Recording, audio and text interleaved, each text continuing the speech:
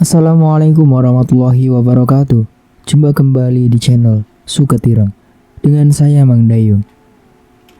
Di kesempatan kali ini, saya akan bawakan sebuah cerita yang berjudul Wajah-Wajah Setan, karya Abdullah Harara. Tentunya tak usah berlama-lama lagi, langsung saja kita masuk ke ceritanya.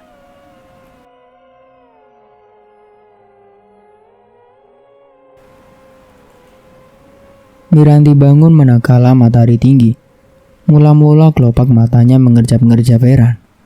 Kemudian ia mengenali kamar tidur yang sempat tampak asing sebentar tadi. Lapis dinding hijau lumut, lemari-lemari, toilet dan karpet lantai berwarna krem. Segera ia teringat, ia dan suaminya telah meninggalkan kamar tidur mereka yang lama. Kamar sempit, dengan tembok yang kapurnya berbercak-bercak oleh air hujan yang mengendap.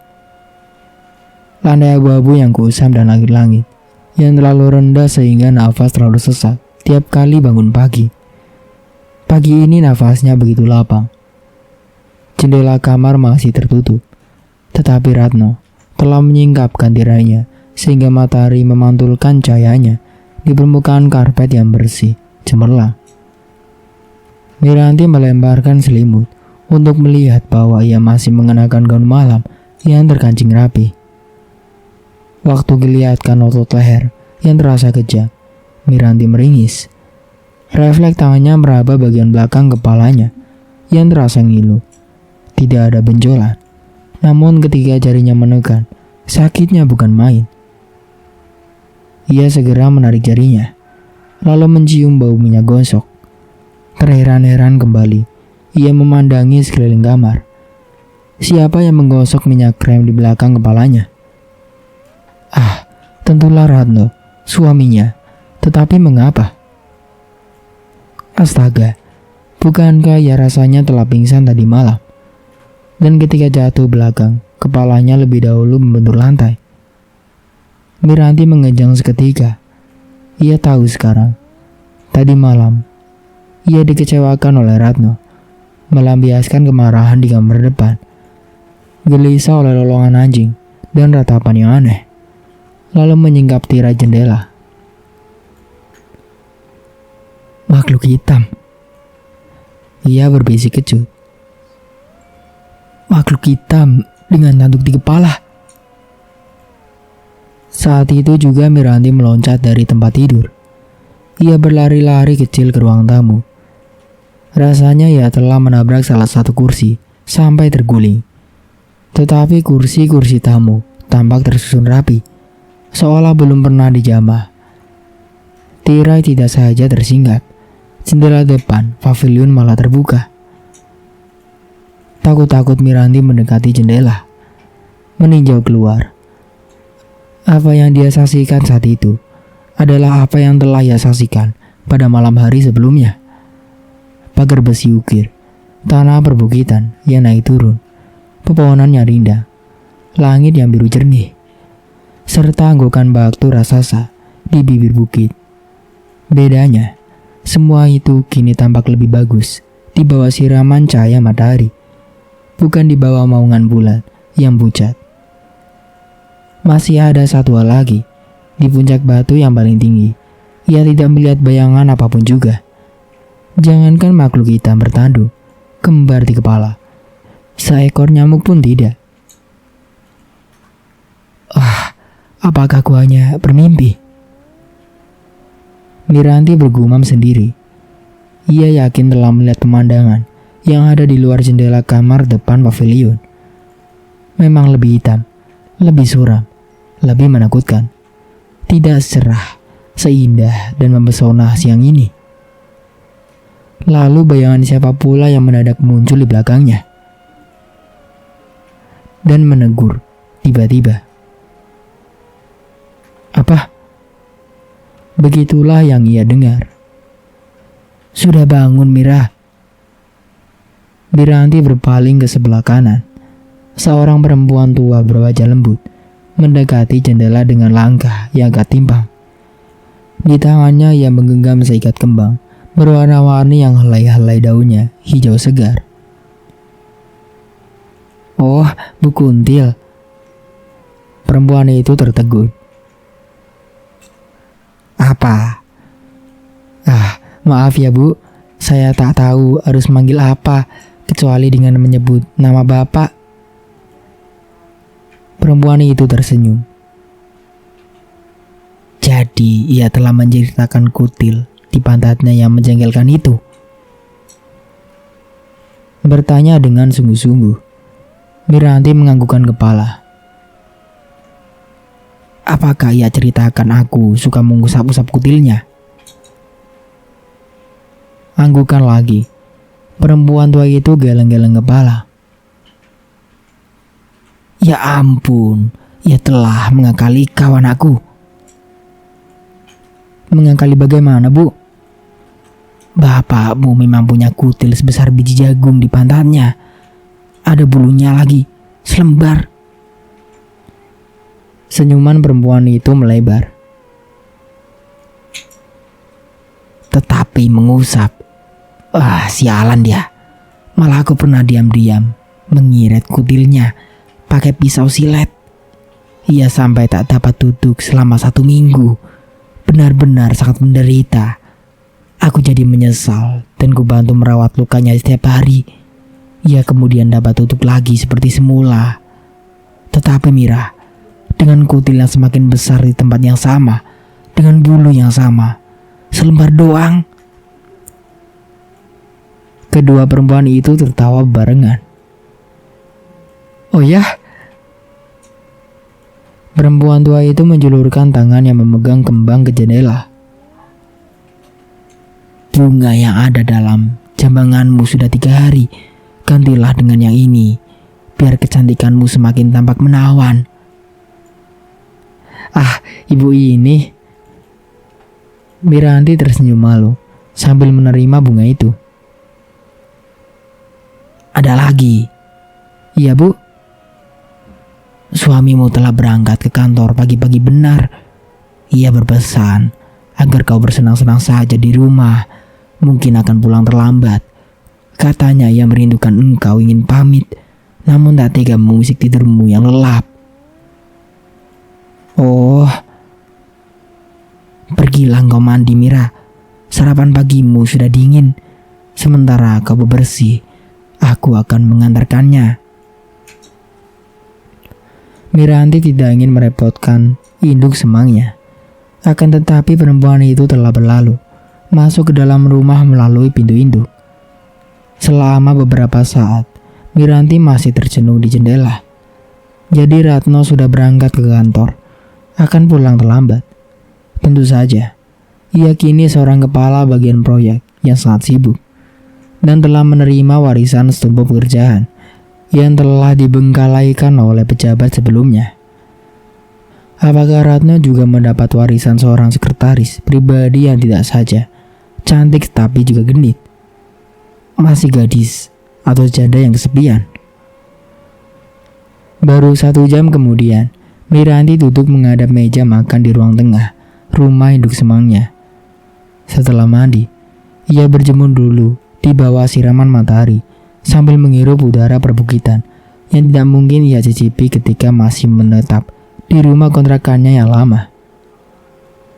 Kecuali di akhir minggu, itu pun jarang sekali, karena Ratno harus banting tulang cari objek 9 di luar jam kantor, bahkan pada hari-hari libur yang semestinya harus diberi kehormatan sendiri.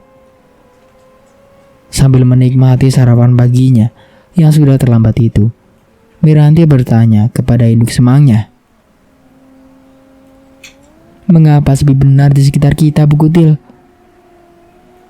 Perempuan tua itu yang tengah merajut sehelai kaos kaki berpaling dengan bibir cemberut. Kutil lagi, bosan. Maaf, Bu. Miranti menahan ketawa di perut. Aku tak tahu harus memanggil apa. Namaku Indah Fajarwati. Aku lahir tepat ketika fajar baru saja menyingsing fajar yang paling indah. Itu menurut orang tuaku. Sayang kakiku dilahirkan pendek sebelah, sehingga aku sering malu mempergunakan nama depan pemberian mereka. Maka, panggil saja aku Bu Endah. Masih tetap enak di telinga. Puji Miranti tulus ikhlas. Terima kasih Mira. Oh iya, bicara apa kita tadi? Suasana di sekeliling kita, Bu. Setelah mandi tadi, aku sempat melihat-lihat di sekitar rumah. Jalan-jalan di aspal mulus, berbelok-belok masuki hampir setiap perkarangan rumah-rumah tangga.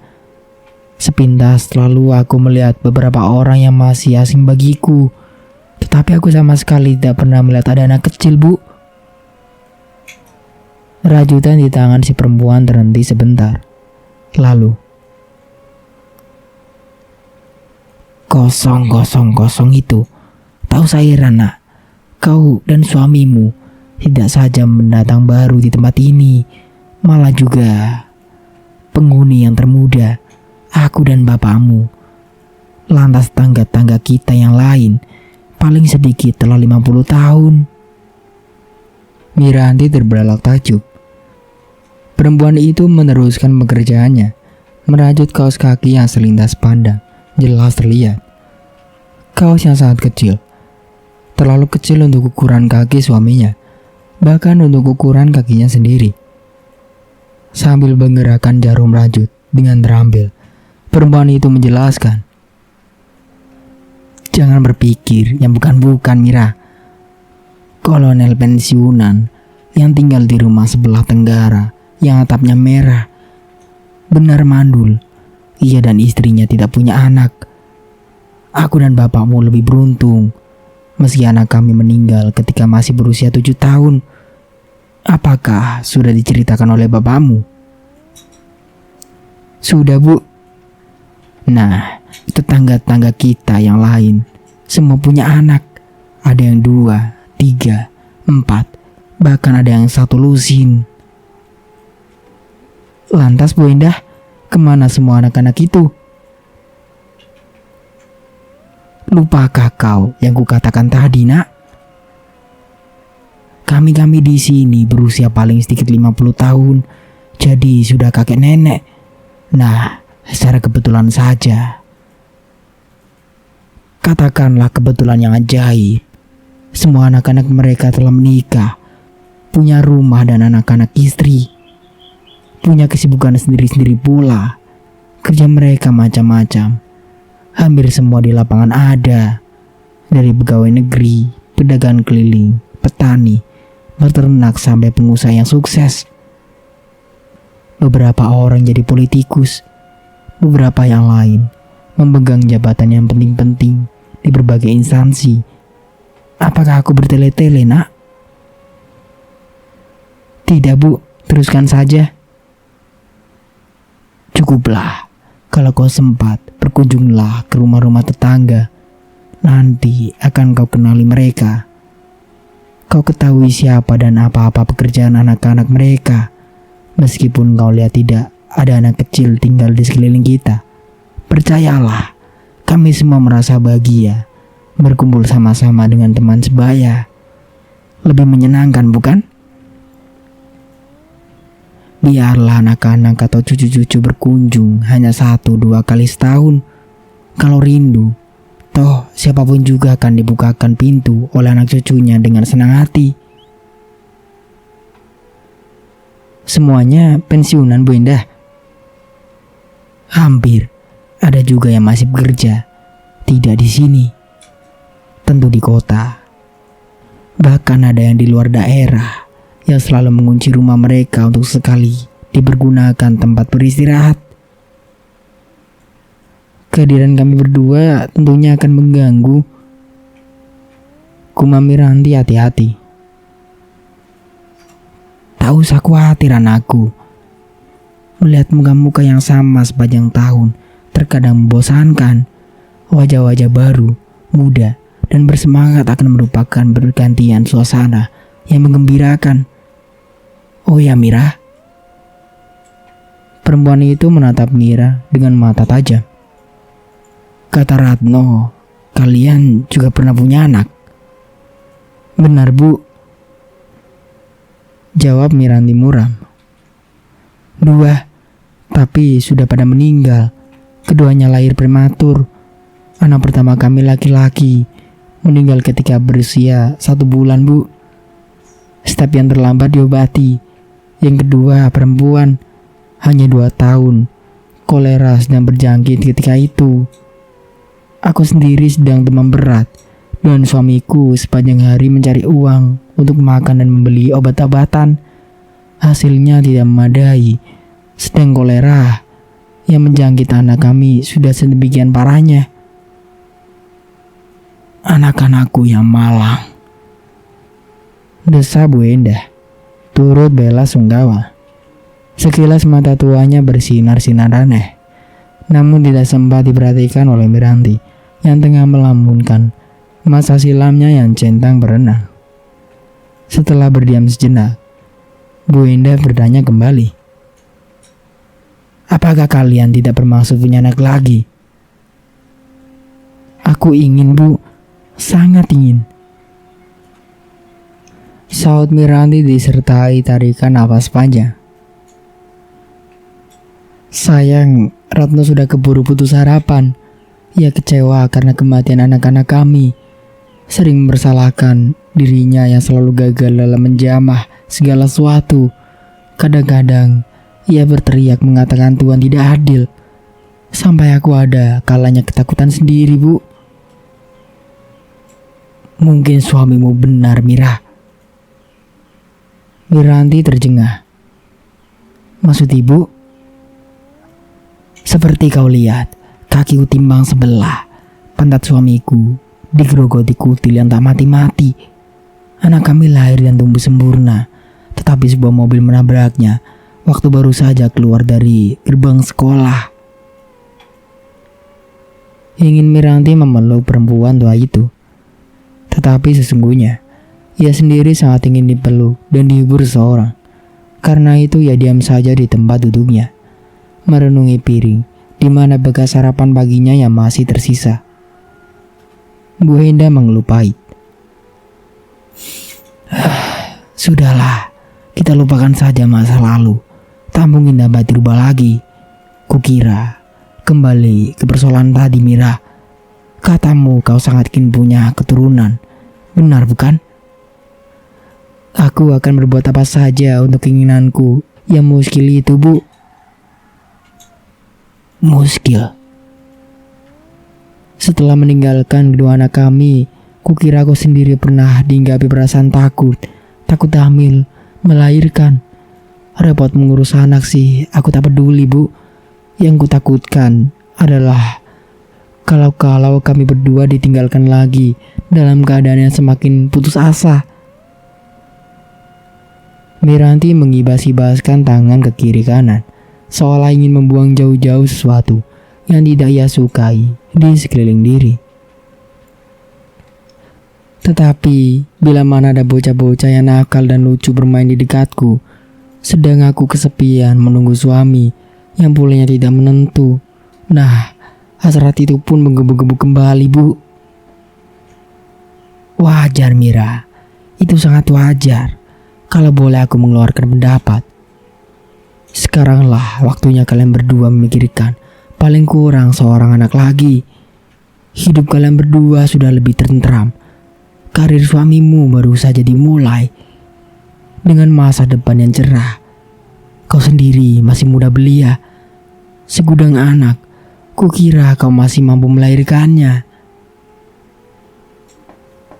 Masih ada kesulitan, Bu. Ratno sangat tertutup dalam soal yang satu, tetapi peka ini. Ia anak baik. Bu Endah tersenyum menghibur. Aku dan bapakmu akan membujuknya. Percayakan saja pada kami. Pokoknya, pikirannya akan terbuka. Kau hanya tinggal menanti saja di atas ranjang. Demikian bersemangatnya perempuan itu, sehingga Miranti tidak saja terhibur, melainkan juga heran. Tanpa segan-segan ia mengemukakan isi hatinya. Ibu sangat bernafsu. Mengapa tidak, Nak? Aku tak punya anak. Tak mungkin lagi. Katakanlah, karena kutil bapakmu itu makin menjengkelkan. Namun lewat kau dan suamimu, Mira, siapa tahu kami diperkenankan lagi memomong cucu. Mereka berdua kemudian mengobrol, tak berujung panggal soal anak sampai suatu saat induk semangnya bertanya serius kepada Miranti. Kau diikat? Iya Bu Endah. Pergilah temui dokter Subagio. Ia salah seorang tangga kita yang baik dan tak pernah mengeluh kalau pintunya digedor tengah malam buta. Ia memang dokter umum, tetapi pernah jadi spesialis kandungan. Temuilah dia. Subagio akan membuka ikatmu tanpa kau merasakan meski hanya sakit, seperti tergigit nyamuk. Bilang saja atas suruhanku, ia tidak akan menyodorkan rekening. Sekarang Bu, lebih cepat lebih baik. Siapa tahu suamimu mendadak tergila-gila nanti malam. Cemburut saja sedikit, merajuk, jual mahal, pura-pura capek atau lagi tak berselera. Pokoknya apa saja yang dapat membuat suamimu jadi uring-uringan. Lalu pura-puralah menyerah. Masih ogah-ogahan, tunggu sampai ia naik. Bu Endah mengering nakal. Lalu bilang padanya, ikatmu sudah kabuka. Ia mungkin sedikit kaget, namun karena hasrat sudah numplek di kepala, ia kukira akan mengalah. Resep yang ditanggung halal bukan anakku?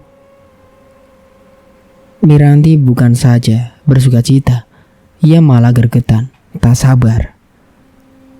Sayang dokter Subagio sedang mengunjungi pasien di tempat lain.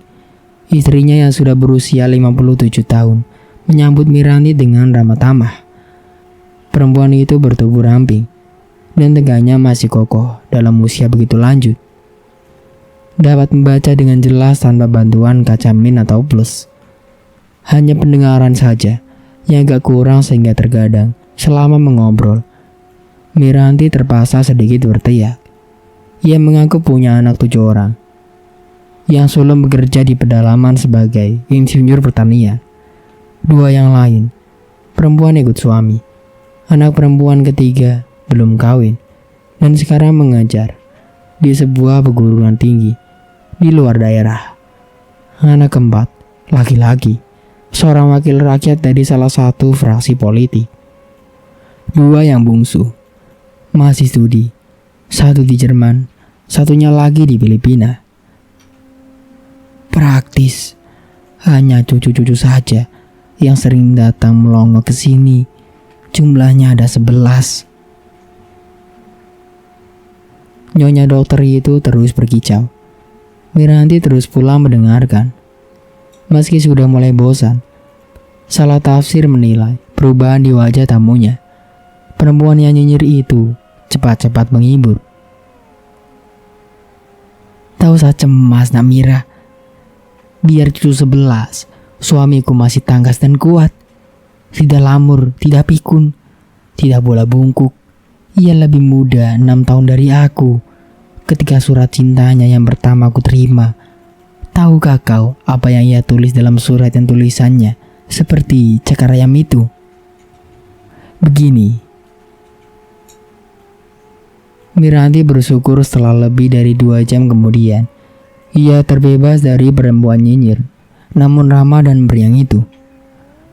Dengan alasan ia tiba-tiba teringat kompor di rumah belum ia matikan.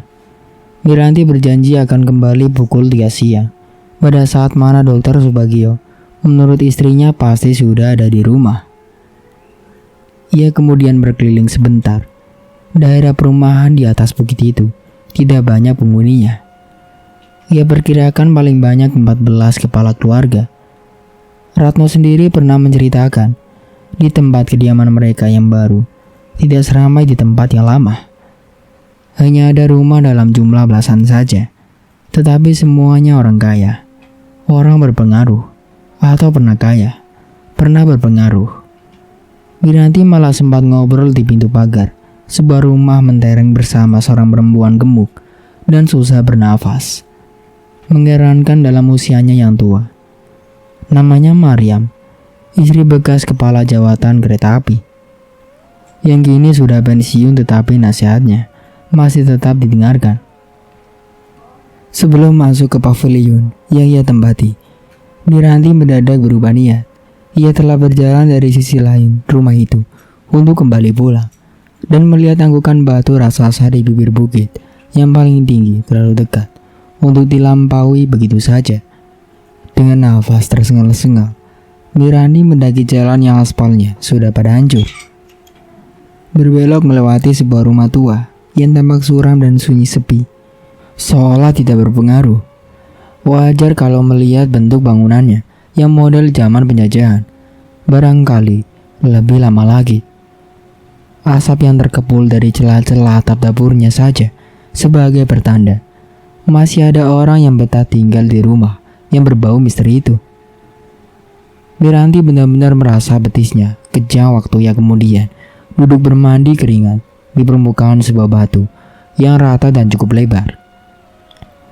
Matahari telah bergeser ke sebelah barat, tepat di balik anggukan batu raksasa itu, sehingga Miranti terlindung dari sengatan panas. Angin tertiup sepoi-sepoi basah, sedikit kencang, menggigit. Di sekitarnya tumbuh rerumputan hijau yang subur dan terawat rapi. Hidungnya sesekali membau aroma lembab yang aneh, antara bau rumput, batu yang lembab, dan bau pohon kina. Hanya di situ tidak ada pohon sebatang pun juga. Yang ada cuma rerumputan di tanah yang naik turun, belas anggokan batu bersusun hasil ciptaan alam dari masa silam. Dari tempat duduk, Miranti dapat melihat rumah yang mereka diami. Rumah-rumah tetangga, jalan aspal yang berbelok-belok, jalan utama yang menurun curam, dan kemudian membelah perumahan penduduk yang kemarin sore mereka lalui. Tampak kesibukan di sekitar perumahan yang miskin itu. Demikian pula di tempat-tempat yang lebih jauh, lebih sibuk, lebih hiruk-pikuk. Kota tempat ia lahir dibesarkan, kawin, punya anak, kematian anak, putus harapan dan kesepian. Sungguh aneh. Ia maupun Ratno tidak pernah berpikir untuk datang ke tempat ini selama sekian belas tahun. Miranti yang yatim piatu hampir sepanjang hari berkunjung di rumah nenek, misalnya yang sudah tua renta dan membutuhkan perhatian. Ratno berjuang menyelesaikan sekolah yang sering tersendat-sendat setelah mereka bertemu, kemudian menikah. Kebiasaan sebelumnya boleh dibilang tetap berlaku. Miranti mengurung diri di rumah, dan Ratno meremas keringat demi kelangsungan asap dapur mereka. Jeritan liar sekelompok burung yang terbang dari balik bebatuan raksasa itu mengagetkan Miranti sesaat. Ia perhatikan burung-burung itu terbang melayang. Ia yang di atasnya berputar-putar 2-3 kali, seolah memastikan memang ada makhluk lain yang tengah duduk di atas batu. Lalu tak lama setelahnya terbang menjauh menuju langit biru sampai tinggal di titik-titik kecil berwarna hitam. Apa kiranya yang jadi penyebab burung-burung itu bagai terkejut. Miranti memperhatikan ke sekitar. Ia tidak melihat sesuatu yang patut dicurigai, kecuali mungkin kehadirannya di tempat asing itu. Ataukah ada sesuatu di balik anggukan batu raksasa? Sesuatu yang dikekar, kokoh, hitam dan kasar, dengan tanduk kembar di kepala. Miranti terperanjat sendiri oleh gambaran seram itu. Perasaan was-was menggelitik dadanya ketika ia memanjat batu demi batu, sampai kemudian ia berdiri di puncak.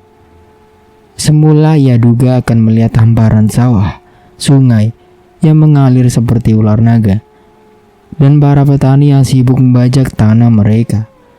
Kemudian ia kaget sendiri. Batu raksasa tempatnya berpijak, tertanam kokoh dalam tanah, lalu turun dengan curam pada batu.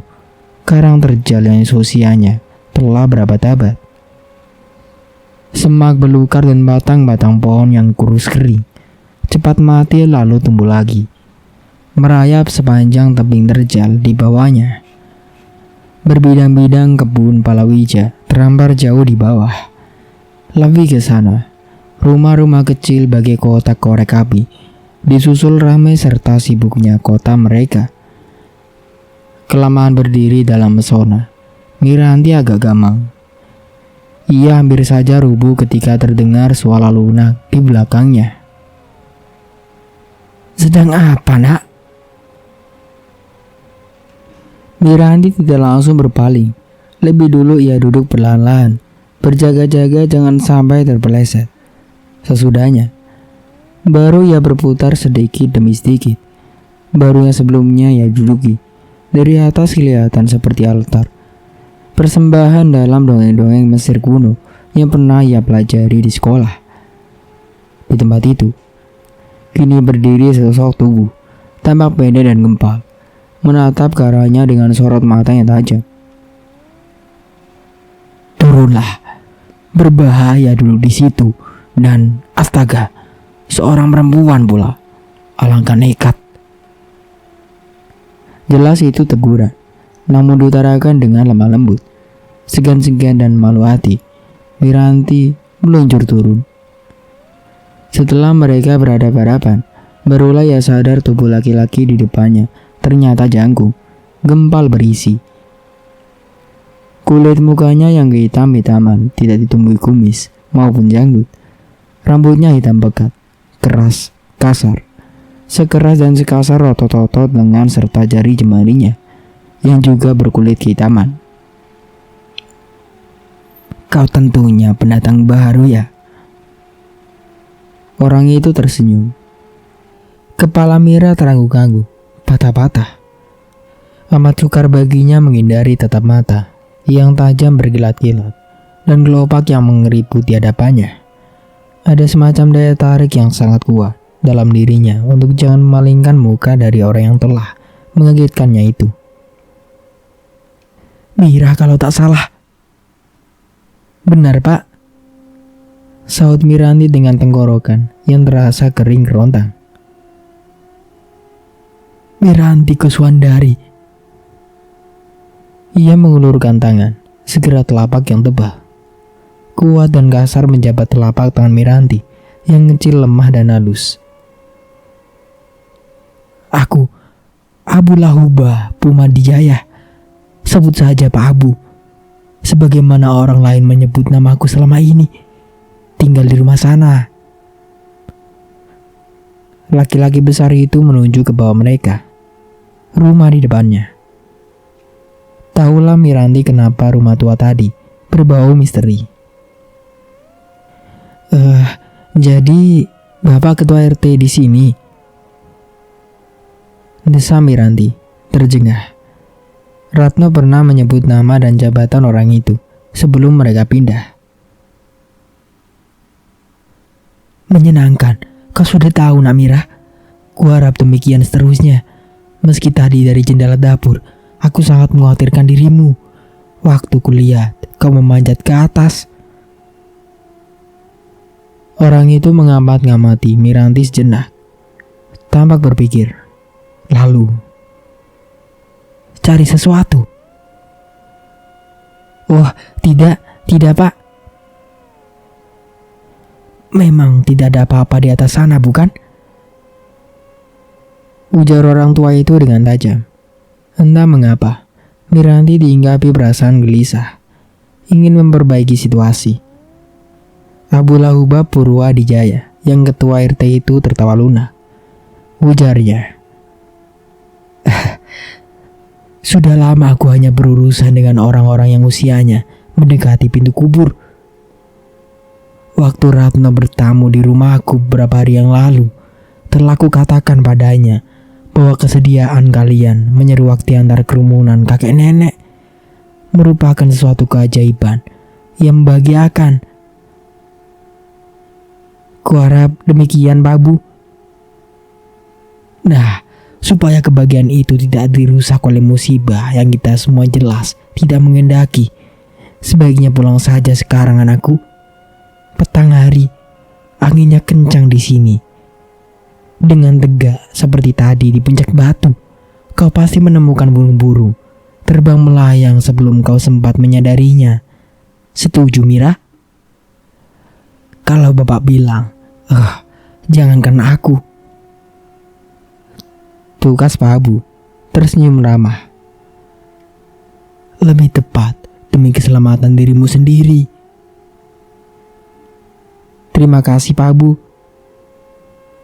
Selamat siang Mak Mira. Siang Pak Abu. Mereka lantas berpisah menempuh jalan yang berlainan arah. Selama perjalanan pulang ke rumah, kuduk Miranti tergetar. Nalurinya berbisik Pak Abu tidak langsung pergi, melainkan terus mengawasi dari jauh. Begitu juga kedua kakinya berubah sangat ringan. Waktu ia kemudian berlari-lari kecil menjelang tiba di pavilion. Pak Kutil yang pada waktu bersamaan baru pulang dari kota, menyapanya di pintu pagar. Siapa yang mengejarmu, Mira? Biar ku pukul. Miranti segera terhibur. Hanya bayangan, Pak. Hanya bayangan. Jawabnya bernafas lega. Bayangan? Bayangan apa? Kutil kena silet. Orang tua itu meringis, seakan badannya didekati pisau silet. Ibumu pasti yang beritahu, hanya dia yang tahu. Awas, ku cakar dia nanti. Belagak suci, pura-pura jijik. Nyatanya, bakal tahu rasa dia. Pak Kutil bergegas masuk rumah sebelum Miranti sempat mencegah. Nyatanya, Miranti tidak perlu khawatir. Dari dalam rumah terdengar sapaan ringan. Oh Kutilku sayang, apa olehmu kali ini? Banyak. Terdengar jawaban Pak Kutil. Mana? Di pantatku. Lalu keduanya tertawa bergelak-gelak.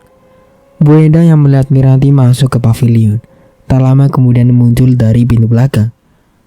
Wajahnya berseri-seri, dan ia sungguh-sungguh tidak sabar ketika ia berujar. Kau sudah sehat secepat itu, Mira? Tercengang, Miranti menyahut. Aku tidak sakit, Bu. Nah, benar bukan? Subagio seorang ahli. Miranti mengeluh. Ya ampun, lupa pukul berapa sekarang, Bu?